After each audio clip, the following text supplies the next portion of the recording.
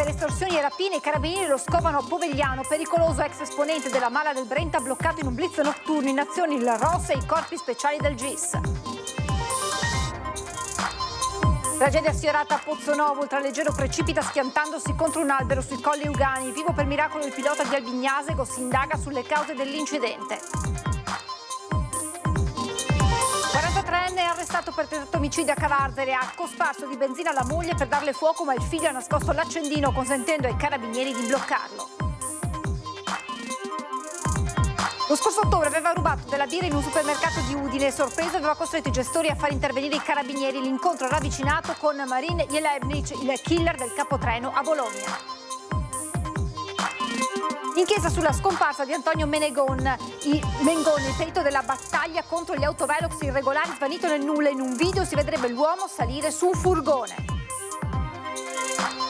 Spaccata nella notte a Cittadella in un negozio di biciclette, il ladro solitario assalta il negozio usando un furgone come ariete, bottino ingente e danni. Fuori la politica dagli ospedali, l'attacco del PD a Treviso dopo la calza donata ai bimbi della pediatria dell'ospedale da una delegazione di Fratelli d'Italia, la replica strumentalizzazione. Da pazienti dell'hospice pediatrico ai successi universitari, lottano fin dall'infanzia contro la distrofia muscolare ma non si arrendono. La storia della padovana Emma, neolaureata in filosofia, e del trevigiano Filippo che studia storia all'università. Buonasera e ben ritrovati con l'edizione regionale dei nostri telegiornali che si apre con la cronaca, lo avete sentito dai titoli, fuggito un anno dopo la condanna per estorsioni e rapine, i carabinieri lo scovano a Povegliano in provincia di Treviso, pericoloso ex esponente della Mala del Brenta bloccato in un blitz notturno di ROS e corpi speciali del RIS. Sono arrivata e mi sono trovata tutte queste pattuglie dei carabinieri con tutte le porte, finestre tutte fatte saltare, e lui l'hanno arrestato, probabilmente lui è arrivato qua di notte o non so quando, e l'hanno portato via, ma sembrava veramente un assalto alla guerra. Via Croce a Sant'Andrà, in azione nella notte insieme ai carabinieri di Treviso e Montebelluna, gli uomini del gruppo di intervento speciale di Livorno e quelli del ROS di Padova per la cattura di Ivan Giantin, 53 anni, il pregiudicato vicentino collegato alla Mala del Brenta, su cui pendeva un ordine di esecuzione pena emesso dalla Procura Generale presso la Corte d'Appello di Venezia. Giantin deve espiare una condanna definitiva a 3 anni e 6 mesi di reclusione per associazione a delinquere finalizzata alle estorsioni e alle rapine commesse tra il 2018 e il 2021 nelle province di Venezia, Verona e Padova. Ma trattandosi di un soggetto di elevato spessore criminale, è stato messo in campo un massiccio dispositivo che ha trasformato l'abitazione del 53enne in uno scenario di guerra, come ci hanno detto i residenti, messi in allarme dalla doppia esplosione provocata per aprire sia il portone al piano terra che la porta del terrazzino, così da entrare rapidamente in casa. Mio marito l'ha sentito il colpo e diverse persone qua, io ho sentito anche stamattina una signora mi ha detto ho sentito un gran colpo. Ho sentito altre persone che hanno detto sì che è stato un botto. Un botto e anche la metto Bertilla e anche spari. Però l'autoambulanza e i carabinieri. Nessuno sparo è stato in realtà esploso. I militari del nucleo operativo e radiomobile della compagnia di Montebelluna e del reparto operativo del comando provinciale, supportati nel blitz dalle squadre speciali, hanno trovato il 53enne a letto. Lo scorso ottobre era sfuggito a un primo tentativo di cattura nella sua abitazione di Rubano, nel Padovano, scappando dalla finestra e rendendosi poi irreperibile. Gli investigatori sapevano che aveva trovato rifugio nel suo ex domicilio di Povegliano, dove è stato alla fine localizzato e arrestato. A riportarlo qui forse proprio il legame con i suoi gatti e il suo cane. Giantin non era armato e non ha cercato di reagire. Ai militari ha detto che stava pensando di costituirsi, che per lui, che in carcere c'è stato a lungo, altri 3 anni e mezzo non sarebbero pesati. L'operazione è stata gestita dall'Arma nella massima sicurezza, visto il soggetto. Agli inizi degli anni 2000 Giantin era rimasto coinvolto in un conflitto a fuoco con i militari dell'Arma a Ferrara, nel corso del quale era rimasto ferito gravemente un carabiniere. Nel 2021 era nuovamente salito alle cronache per aver riorganizzato e diretto un gruppo di storici affiliati alla Mala del Brenta allo scopo di commettere estorsioni e rapine, reati per i quali è stato poi condannato. Il 53enne si trova ora rinchiuso in carcere a Treviso, dove sconterà la sua condanna.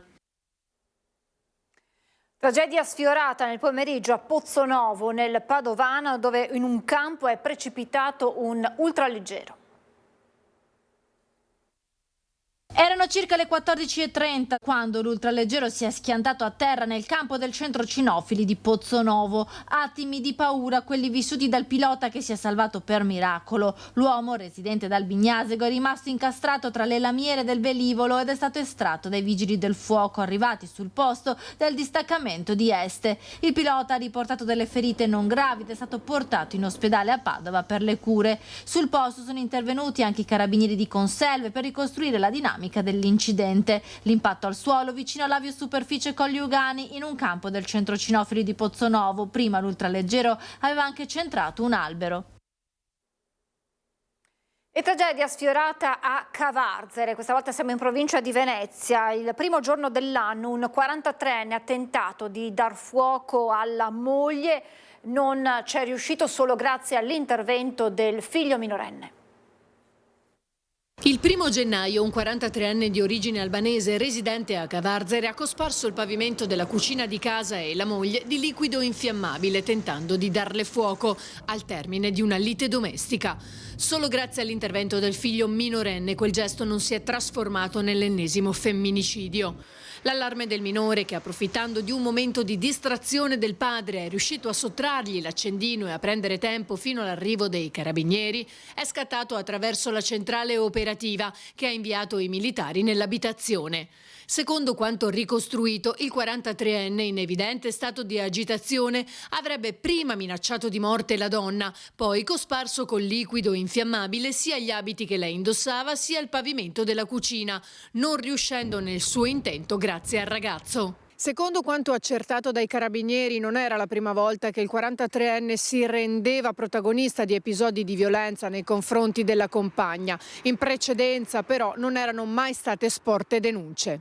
Una volta giunti sul posto, i carabinieri hanno arrestato il 43enne con l'accusa di tentato omicidio e su disposizione dell'autorità giudiziaria trasferito presso la casa circondariale di Santa Maria Maggiore a Venezia.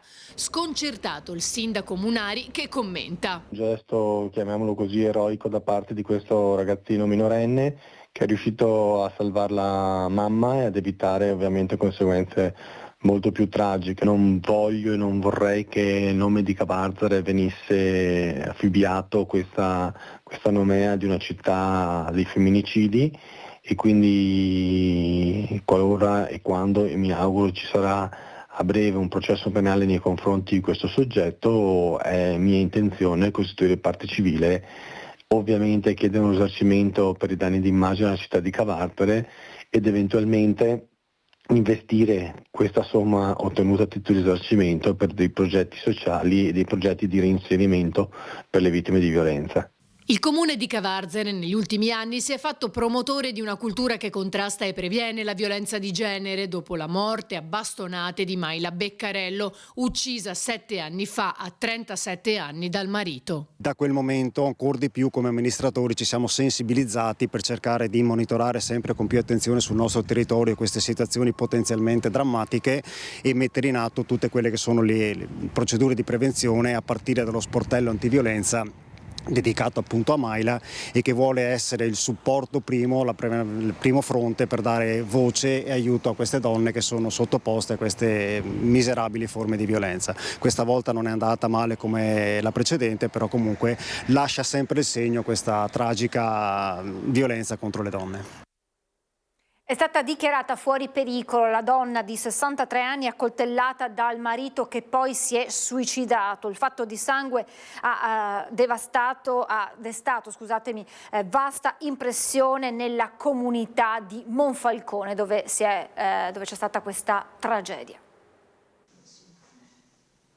È stato posto sotto sequestro dalla questura di Gorizia l'appartamento di Vicolo De Senubus qui a Monfalcone dove Paolo Utili ha accoltellato la compagna 63enne per poi togliersi la vita. La donna, Maria Rosa Codermaz, colpita più volte dal compagno con un coltello, si è salvata, è ricoverata all'ospedale triestino di Cattinare ed è stata dichiarata fuori pericolo. Per il 70enne invece i soccorritori non hanno potuto fare nulla, è morto dissanguato dopo essersi inferto profonde ferite al collo con la stessa lama. La procura di Gorizia ha già disposto l'autopsia sul cadavere. Il giorno dopo la tragedia c'è ancora incredulità tra i vicini di casa che hanno poca voglia di parlare. Dalle poche testimonianze pare emergere una coppia discreta e solitaria, 2 ex insegnanti in pensione che nessuno aveva mai sentito litigare o urlare prima di ieri notte, quando si è consumata l'aggressione. Neanche non li conoscevo. Qua in questa casa c'è ognuno per sé. Una cosa strana perché non avevamo mai una casa molto tranquilla. Non ti senti baruffe, cose. Sono rimasta male da anziere perché dico ma come? Addirittura se colpa va. Non conosceva le persone? No, non le conoscevo né di vista né niente, però sì, insomma non è che abitando qua dietro proprio non è bello sentirlo e non ti senti neanche più tanto al sicuro, no? Di girare così. È stata la dirimpettaia a chiamare i soccorsi vedendo Maria Rosa Codermaz accasciata sulla porta sanguinante. Poco dopo Paolo Utili ha rivolto l'arma contro di sé ferendosi alla gola. Anche lui è stato portato d'urgenza a Cattinara ma è morto poco dopo in ospedale. Gli agenti della Polizia di Stato, del commissariato locale intervenuti sul posto attendono ora di poter sentire la versione della donna sopravvissuta per far luce sulla dinamica e i motivi alla base del gesto, una tragedia che ha colpito tutta la comunità. Sono letteralmente sconvolto per quello che è accaduto, anche perché a quanto pare queste erano persone tranquillissime, 2 ex insegnanti, non avevano mai dato in precedenza situazioni di criticità anche nel rapporto tra di loro, per cui è stato un fulmine a ciel sereno. La vicenda del capotreno ucciso a Bologna. A ottobre il presunto assassino devastò il supermercato Today Conad a Udine. Il responsabile del negozio ai nostri microfoni dice: avrei potuto essere io. Marin Jelenic, il cittadino croato, 36enne, arrestato dalla polizia ferroviaria a Desenzano del Garda con l'accusa di aver assassinato il capotreno Alessandro Ambrosio a Bologna. Nel taschino del giubbotto aveva un biglietto ferroviario di sola andata diretto in Austria, passando per Tarvisio, con destinazione finale Villaco. Il croato conosceva bene la nostra regione. Il 18 ottobre scorso aveva messo sottosopra il supermercato Today Conad in via Vittorio Veneto, a pochi passi dal centro di Udine, dopo essere stato scoperto nascondere alcune birre nello zaino. L'uomo, fermato dagli addetti alla sicurezza del supermercato, aveva iniziato a comportarsi in modo strano, bevendo le birre, tirando calci agli scaffali e mangiando cioccolatini, invitando a chiamare i carabinieri senza batter ciglio. Il racconto di Alfredo Vasto, responsabile del punto vendita che ha preso la notizia del delitto commesso e vista la foto segnaletica dell'assassino, ha immediatamente avvolto il nastro, ritornando a quello strano pomeriggio di novembre dove poteva capitargli la stessa fine. Ha cominciato a innervosirsi, ha buttato per terra un paio di espositori di caramelle e cioccolate e poi sono arrivati i carabinieri che l'hanno fermato. Il problema vero è che poi dopo 2 ore era di nuovo in giro. La prima impressione che ha avuto quando è entrato sembrava un cliente normale, possiamo dire, no? Sì, apparentemente sì, sembrava un cliente normale. Poi nel momento in cui ci abbiamo avuto a che fare si vedeva subito che era una persona che non era stabile emotivamente, ecco, quindi anche per come ha reagito di fronte al fatto che avremmo chiamato i carabinieri, era uno che si vedeva che non aveva assolutamente nulla da perdere e che non gli interessava nulla soprattutto. Certo, la fortuna è stata che probabilmente con la presenza di più persone non è passato al piano B. Ecco. Sì, non è passato al piano B in quel momento, ma poteva farlo tranquillamente, come al ragazzo di Bologna, qui poteva tranquillamente fare la stessa cosa anche qua. Proseguono serrate le indagini per rintracciare l'ingegnere di Tezze sul Brenta scomparso da giorni. Un giallo cui non si riesce a venire a capo, non si placa il lavoro dei carabinieri nelle ricerche di Antonio Menegon, l'ingegnere di 78 anni scomparso nei giorni scorsi dalla sua galleria d'arte di Rosà. Qui erano stati rinvenuti gli effetti personali del consulente che tante battaglie aveva portato avanti e vinto in tutta Italia contro i velox irregolari. Il primo a dare l'allarme era stato il referente del centro consumatori Antonio Tognoni, che aveva provato senza esito a contattarlo. Gli inquirenti avevano avvertito anche la sorella di Menegon e assieme si erano recati nella sua abitazione di Tezze sul Brenta, dove vive solo dopo la morte della moglie, trovando tutto chiuso, nessuna notizia, nessun contatto con i familiari. Non sappiamo ancora nulla, navighiamo proprio nel buio più completo, quindi stiamo aspettando vedere che magari possa essere stata magari una un momentaneo smarrimento suo, non sappiamo, anche perché lui ha 78 anni. Vediamo cosa succederà nei prossimi giorni. L'unica cosa che ci desta un po' sospetto è come sono state trovate le sue cose all'interno del suo ufficio, con sto telefono per terra, con tutte le sue cose personali sul tavolo, il computer acceso, quindi non abbiamo idea. Io ho avuto l'ultimo contatto con lui, è stato il 1° di gennaio, e comunque ho visto che c'era stata un'apertura del cellulare alle 7:58 della mattina, mi pare del 2 gennaio.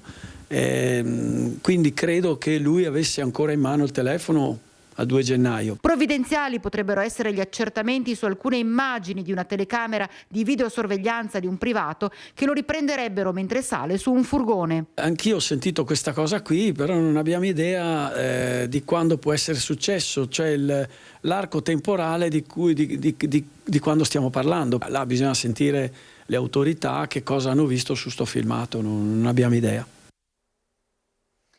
Sono giorni di angoscia e speranza per la famiglia di Alberto Trentini in attesa di notizie dal Venezuela. Intanto domani la mobilitazione per chiedere la liberazione del cooperante veneziano fa ancora tappa a Mestre. Chiediamo a tutti di rispettare la consegna del silenzio indicata da Palazzo Chigi ed evitare qualunque strumentalizzazione, perché ogni parola sbagliata potrebbe compromettere la liberazione di Alberto. Ringraziamo tutti per la comprensione e la solidarietà di questi momenti. Attraverso una nota dell'avvocato Alessandra Ballerini, la famiglia Trentini chiede rispetto massimo e silenzio, specificando che sono giornate di angoscia e speranza, nell'auspicio di poter al più presto riabbracciare il loro caro, il cooperante veneziano originario del Lido di Venezia, Alberto Trentini, detenuto da oltre un anno in Venezuela dal 15 novembre 2024, senza alcuna accusa formale. Intanto la mobilitazione di piazza continua spontanea, dai centri sociali ai coordinamenti studenteschi, dal laboratorio Pandora al Partito Democratico. Giovedì alle ore 18 in via Palazzo a Mestre la mobilitazione chiederà la democrazia e un intervento urgente per riportare a casa il cooperante del Lido. Imprigionato a Caracas, il coordinatore nazionale di Articolo 21 Giuseppe Giulietti, giornalista veneziano, è sempre al fianco della famiglia anche in questi momenti. Maduro, un dittatore intollerabile e insopportabile, è stato bloccato, ma adesso a noi interessa la sorte dei detenuti, migliaia di detenuti, e tra questi non dimentichiamolo mai Alberto Trentini, il cooperante veneziano da mesi e mesi fermo nel carcere. Prudenza, silenzio e preghiera per i genitori di Alberto, che nel giorno dell'Epifania, come ogni domenica, hanno partecipato con intensità, dignità e discrezione alla Santa Messa officiata da Don Renato Mazzuia, in cui si è pregato anche per la liberazione di Alberto. Sono ore preoccupanti, angoscianti, anche a casa Trentini, perché non sanno quello che potrà accadere di momento in momento e arrivano notizie contraddittorie. Noi possiamo fare una sola cosa: continuare a chiedere la liberazione di Alberto e abbracciare fortissimamente, proprio in questo momento, mamma Armanda e papà Ezio. Spaccata nella notte a Cittadella, in un negozio di biciclette, il ladro solitario assalta l'esercizio commerciale usando un furgone come ariete. Tra danni e furto attorno ai 100.000. 100.000 euro di bici rubate e di danni provocati dal furgone che vedete in retromarcia mentre sfonda la vetrina del negozio Brain Cycles di Cittadella. Le immagini delle telecamere di videosorveglianza interne del negozio raccontano i 7 minuti della razzia. Un colpo riuscito al ladro solitario. Eccolo mentre arriva con il furgone da cantiere. Prima in retromarcia spinge i grossi blocchi di pietra messi davanti alla sala cinesca e poi, sempre in retromarcia, usando il furgone come un ariete, sfonda l'entrata del negozio e fa razzia di biciclette sportive. 15 bici rubate, una 15-20 molto danneggiate, alcune anche da buttare, proprio irrecuperabili.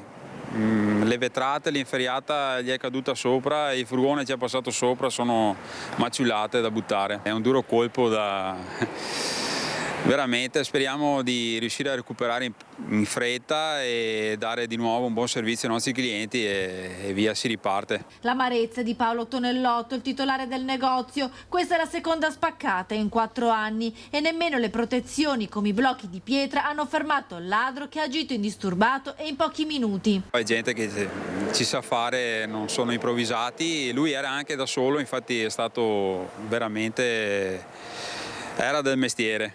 I carabinieri arrivati sul posto, non appena l'allarme collegato alla centrale è scattato, hanno tentato di fermare il ladro che però è fuggito dal cancello sul retro e si è dileguato nel buio delle strade di campagna. Ed è riuscito a correre incontro al furgone, al ragazzo che stava scappando, al ladro che stava scappando, però non è riuscito a fermarlo. Però comunque bravi perché sono arrivati praticamente subito. Lui era ancora qua ed eravamo al 7° minuto della spaccata, insomma, quindi veramente bravi i carabinieri. Le immagini delle telecamere però potrebbero essere utili per identificare il colpevole. Fuori la politica dagli ospedali, l'attacco del PD a Treviso dopo la calza dell'Epifania donata ai bimbi della pediatria dell'ospedale da una delegazione di Fratelli d'Italia, la replica, strumentalizzazione. Personalmente, da padre e da nonno, sono ben felice se ieri ho regalato un sorriso a dei bambini che hanno passato un'epifania diversa. Questo era il senso del gesto, questo è come io lo intendo e come l'ho vissuto e come Fratelli d'Italia l'ha voluto. Spegne così il capogruppo di Fratelli d'Italia in Consiglio Comunale Guido Bertolazzi le critiche che il PD ha sollevato nei confronti dell'iniziativa messa in campo da alcuni meloniani il giorno dell'Epifania, ovvero la visita al reparto di pediatria del Cafoncello dove sono state consegnate ai piccoli ospiti delle calze tricolori, chiaro simbolo politico, dicono a sinistra. La trovo una polemica estremamente sterile, priva di fondamento. Mi viene quasi a sorridere se non fosse per la natura e mi viene da pensare che forse hanno paura che vogliamo rubare il lavoro a loro, che sono bravissimi nella strumentalizzazione politica. Noi non abbiamo bisogno di questo tipo di propaganda, forse loro sì. Calze tricolori, insomma ce n'erano anche di rosse e posso garantire che non eravamo lì a fare propaganda per il PD. C'era la fascetta tricolore, sì, ma il tricolore non è il simbolo di Fratelli d'Italia, il tricolore è il simbolo di tutti gli italiani, o meglio, perlomeno di quelli che credono nei valori dell'Italia e nei valori che la nostra bandiera rappresenta. Di tutt'altre idee il circolo trevigiano del Partito Democratico, che ribadisce con forza la natura politica dell'iniziativa che ha visto coinvolti la presidente del circolo di Fratelli d'Italia Marina Bonotto, il vicepresidente Luca Cogo, la militante Marta Leibanti, Claudio Borgia, capogruppo di Fratelli d'Italia in regione, ed i consiglieri comunali Guido Bertolazzi, Davide Acampora e Carlo Alberto Correale. Se fossero andati singolarmente a portare delle calzette senza farsi la foto, peraltro in posa davanti all'ospedale, credo che la strumentalizzazione sia proprio loro con tanto di foto. Questo lo trovo molto grave e offensivo per le persone che stanno male. La critica della strumentalizzazione è quindi rimandata al mittente. E io lo trovo gravissimo questa strumentalizzazione, perché si può fare una donazione personale andando a trovare dei bambini, ma farlo anche con tanto di spot è grave e soprattutto non rispetta la situazione in cui si trovano questi bambini, che sicuramente è una situazione molto difficile, per cui io spero che non ci sia stata un'autorizzazione da parte dell'ospedale, ma credo che non ci sia stata, e questo mi pare veramente molto sgradevole e anche antipatico per le famiglie, anche se il gesto di per sé è un buon gesto, però non si fa con una sigla politica, bisogna rispettare le persone che stanno male e soprattutto i bambini. Cambiamo argomento, le storie di Emma e Filippo, pazienti dell'hospice pediatrico di Padova che grazie alle cure hanno realizzato il sogno di andare all'università. Intanto sono affidati i lavori per l'ampliamento della struttura hub per le cure palliative in Veneto. Avere dei tipi di cure che potessero gestire tutto ciò che sono le problematiche relative a una malattia come la mia e averle sotto controllo e saperle gestire nell'emergenza ha fatto sì che io, oltre che vivere nel vero senso della parola, potessi anche poi effettivamente avere degli interessi, esprimermi, avere dei sogni e quindi andare avanti con la mia vita come fa qualunque altro essere umano. Emma e Filippo sono due giovani veneti che sono stati pazienti fin dall'infanzia dell'hospice pediatrico di Padova e nonostante la loro malattia sono riusciti a studiare e a realizzarsi nella vita. Filippo, residente a Vittorio Veneto in provincia di Treviso, è un grafico freelance e studente di beni culturali a Ca' Foscari a Venezia. È appena tornato da Dubai, dove è andato in viaggio con sua sorella, perché viaggiare per lui è una vera passione. Sfidare me stesso. Se posso, viaggio tanta stanza. Emma è laureata in filosofia a Padova, ora sta studiando semiotica a Bologna. Nel suo futuro vorrebbe proprio usare questa materia per abbattere gli stereotipi sulla disabilità. Molto spesso, proprio perché ci sono sempre state anche delle barriere nel mondo vere e proprie, le persone con disabilità non sono state molto bene spesso integrate in ciò che è la società. Questo comporta sempre una visione della disabilità come se fosse qualcosa di diverso o comunque alieno, quando in realtà fa parte e farà parte della vita di tutti prima o poi. Il nuovo hospice pediatrico di Padova giunge al traguardo, quindi è stato deliberato alla vigilia di Natale l'affidamento dei lavori dopo che la Fondazione La Miglior Vita Possibile aveva donato il progetto esecutivo della nuova casa dei minori sottoposti a cure palliative, un'opera già finanziata per oltre 10 milioni di euro. La prima pietra dovrebbe essere posata entro 6 mesi. È un grande impegno da tutti i punti di vista, etico, civile, sociale, ma che viene fatto davvero convintamente da tutti perché la causa è importante, la causa di garantire a questi ragazzi, bambini colpiti da una malattia difficile e spesso rara e quindi anche complessa da combattere, quella che noi definiamo come la miglior vita possibile. È tutto per questa edizione del nostro telegiornale, ora la sigla e a seguire le previsioni del tempo. Grazie per averci seguito, buona serata.